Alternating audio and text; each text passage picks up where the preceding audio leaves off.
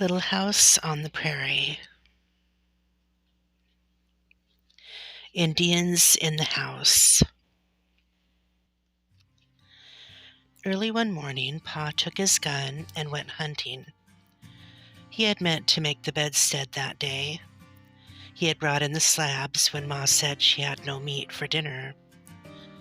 So he stood the slabs against the wall and took down his gun. Jack wanted to go hunting too. His eyes begged Pa to take him, and whines came up from his chest and quivered in his throat, till Laura almost cried with him. But Pa chained him to the stable. "No, Jack," Pa said. "You must stay here and guard the place." Then he said to Mary and Laura, "Don't let him loose, girls." Poor Jack lay down. It was a disgrace to be chained, and he felt it deeply. He turned his head from Pa and would not watch him going away with the gun on his shoulder. Pa went farther and farther away, till the prairie swallowed him and he was gone. Laura tried to comfort Jack, but he would not be comforted. The more he thought about the chain, the worse he felt. Laura tried to cheer him up to frisk and play, but he only grew more sullen. Both Mary and Laura felt that they could not leave Jack while he was so unhappy. So all that morning they stayed by the stable. They stroked Jack's smooth, brindled head and scratched around his ears and told him how sorry they were that he must be chained. He lapped their hands a little bit, but he was very sad and angry. His head was on Laura's knee, and she was talking to him, when suddenly he stood up and growled a fierce, deep growl. The hair on his neck stood straight up, and his eyes glared red. Laura was frightened. Jack had never growled at her before. Then she looked over her shoulder, where Jack was looking, and she saw two naked, wild men coming, one behind the other, on the Indian trail. "Mary, look!" she cried. Mary looked and saw them too. They were tall, thin, fierce-looking men. Their skin was brownish red. Their heads seemed to go up to a peak, and the peak was a tuft of hair that stood straight up and ended in feathers. Their eyes were black and still glittering like snakes' eyes. They came closer and closer. Then they went out of sight on the other side of the house. Laura's head turned and so did Mary's, and they looked at the place where those terrible men would appear when they came past the house. "Indians," Mary whispered. Laura was shivering. There was a queer feeling in her middle, and the bones in her legs felt weak. She wanted to sit down, but she stood and looked and waited for those Indians to come out from beyond the house. The Indians did not do that. All this time Jack had been growling. Now he stopped growling and was lunging against the chain. His eyes were red and his lips curled back, and all the hair on his back was bristling. He bounded and bounded clear off the ground, trying to get loose from the chain. Laura was glad that the chain kept him right there with her. "Jack's here," she whispered to Mary. "Jack won't let them hurt us. We'll be safe if we stay close to Jack." "They are in the house," Mary whispered. "They are in the house with Ma and Carrie." Then Laura began to shake all over. She knew she must do something. She did not know what those Indians were doing to Ma and baby Carrie. There was no sound at all from the house. "Oh, what are they doing to Ma?" she screamed in a whisper. I don't know," Mary whispered. "I'm going to let Jack loose," Laura whispered hoarsely. "Jack will kill them." "Pa said not to," Mary answered. They were too scared to speak out loud. They put their heads together and watched the house and whispered. "He didn't know Indians would come," Laura said. "He said not to let Jack loose." Mary was almost crying. Laura thought of little baby Carrie and Ma shut in the house with those Indians. She said, "I'm going in to help Ma." She ran 2 steps and walked a step. Then she turned and flew back to Jack. She clutched him wildly and hung on to his strong, panting neck. Jack wouldn't let anything hurt her. "We mustn't leave Ma in there alone," Mary whispered. She stood still and trembled. Mary never could move when she was frightened. Laura hid her face against Jack and held on to him tightly. Then she made her arms let go. Her hands balled into fists and her eyes shut tight, and she ran toward the house as fast as she could run. She stumbled and fell down, and her eyes popped open. She was up again and running before she could think. Mary was close behind her. They came to the door. It was open, and they slipped into the house without a sound. The naked wild men stood by the fireplace. Ma was bending over the fire, cooking something. Carrie clung to Ma's skirt with both hands, and her head was hidden in the folds. Laura ran toward Ma, but just as she reached the hearth, she smelled a horribly bad smell, and she looked up at the Indians. Quick as a flash, she ducked behind the long, narrow slab that leaned against the wall. The slab was just wide enough to cover both her eyes. If she held her head perfectly still and pressed her nose against the slab, she couldn't see the Indians, and she felt safer. But she couldn't help moving her head just a little so that one eye peeped out and she could see the wild men. First she saw their leather moccasins, then their stringy, bare, red-brown legs all the way up. Around their waists, each of the Indians wore a leather thong, and the furry skin of a small animal hung down in front. The fur was striped black and white, and now Laura knew what made that smell. The skins were fresh skunk skins. A knife like Pa's hunting knife and a hatchet like Pa's hatchet were stuck into each skunk skin. The Indians' ribs made little ridges up their bare sides. Their arms were folded on their chests. At last Laura looked again at their faces, and she dodged quickly behind the slab. Their faces were bold and fierce and terrible. Their black eyes glittered. High on their foreheads and above their ears, where hair grows, these wild men had no hair.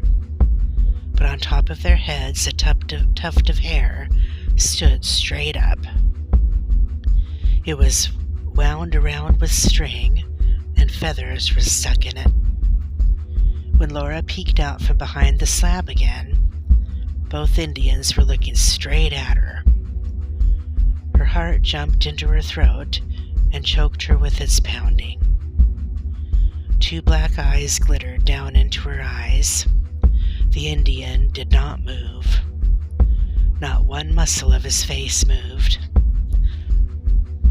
Only his eyes shone and sparkled at her. Laura didn't move either. She didn't even breathe. The Indian made 2 short, harsh sounds in his throat. The other Indian made one sound like, "ha." Laura hid her eyes behind the slab again. She heard Ma take the cover off the bake oven. She heard the Indians squat down on the hearth. After a while, she heard them eating. Laura peeked and hid and peeked again while the Indians ate the cornbread that Ma had baked. They ate every morsel of it, and even picked up the crumbs from the hearth. Ma stood and watched them and stroked baby Carrie's head. Mary stood close behind Ma and held onto her sleeve. Faintly, Laura heard Jack's chain rattling. Jack was still trying to get loose. When every crumb of the cornbread was gone, the Indians rose up. The skunk smell was stronger when they moved. One of them made harsh sounds in his throat again. Ma looked at him with big eyes. She did not say anything. The Indian turned around. The other Indian turned too, and they walked across the floor and out through the door. Their feet made no sound at all. Ma sighed a long, long sigh. She hugged Laura tight in one arm and Mary tight in the other arm, and through the window they watched those Indians going away, one behind the other, on the dim trail toward the west. When Ma sat down on the bed and hugged Laura and Mary tighter and trembled, she looked sick. "Do you feel sick, Ma?" Mary asked her. "No," said Ma. "I'm just thankful they're gone." Laura wrinkled her nose and said, "They smell awful." "That was the skunk skins they wore," Ma said. Then they told her how they had left Jack and had come into the house because they were afraid the Indians would hurt her and baby Carrie. Ma said they were her brave little girls. "Now we must get dinner," she said. "Pa will be here soon, and we must have dinner ready for him. Mary, bring me some wood. Laura, you may set the table." Ma rolled up her sleeves and washed her hands and mixed cornbread, while Mary brought the wood and Laura set the table. She set a tin plate and knife and fork and cup for Pa, and the same for Ma, with Carrie's little tin cup beside Ma's. And she set tin plates and knives and forks for her and Mary, but only their one cup between the plates. Ma made the cornmeal and water into 2 thin loaves, each shaped in a half circle. She laid the loaves with their straight sides together in the bake oven, and she pressed her hand flat on top of each loaf.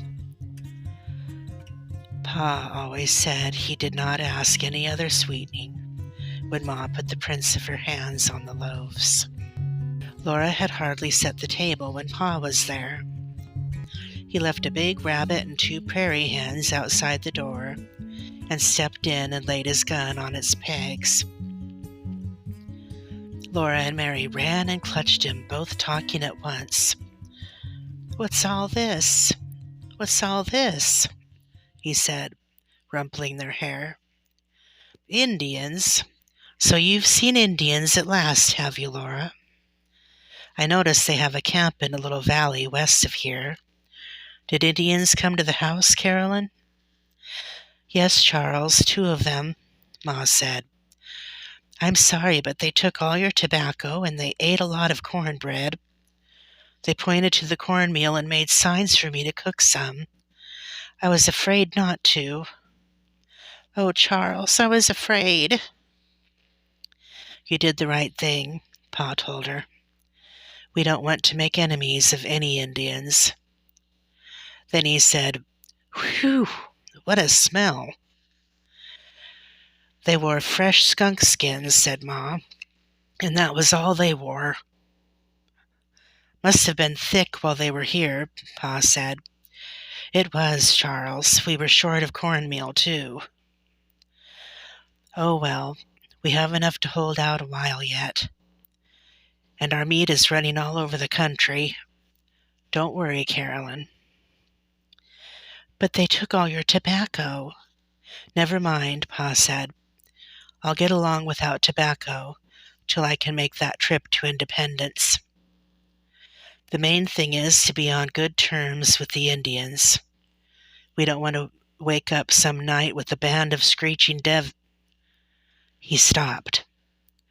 Laura dreadfully wanted to know what he had been going to say. But Ma's lips were pressed together, and she shook a little shake of her head at Pa. Come on, Mary and Laura, Pa said. We'll skin that rabbit and dress the prairie hens while that cornbread bakes.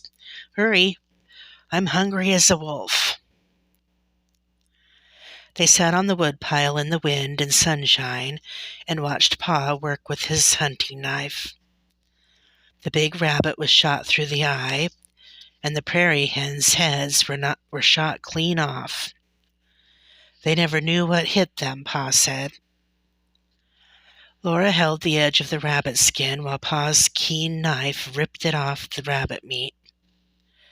I'll salt this skin and peg it onto the house wall to dry, he said. It will make a warm fur cap for some little girl to wear next winter. But Laura could not forget the Indians. She said to Pa that if they had turned Jack loose, he would have eaten those Indians right up. Pa laid down the knife.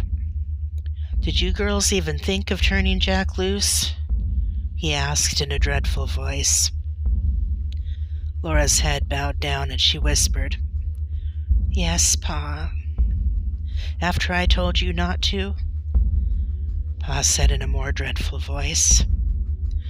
Laura couldn't speak, but Mary choked, Yes, Pa. For a moment, Pa was silent. He sighed a long sigh like Ma's sigh after the Indians went away.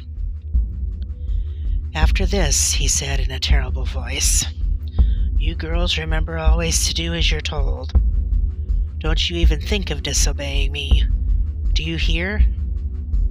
Yes, Pa, Laura and Mary whispered. Do you know what would have happened if you had turned Jack loose? Pa asked. No, Pa, they whispered. He would have bitten those Indians, said Pa. Then there would have been trouble. Bad trouble. Do you understand? Yes, Pa, they said, but they did not understand. Would they have killed Jack? Laura asked. Yes, and that's not all. You girls remember this. You do as you're told no matter what happens. Laura and Mary both said, Yes, Pa. They were glad they had not turned Jack loose. Do as you're told, said Pa, and no harm will come to you.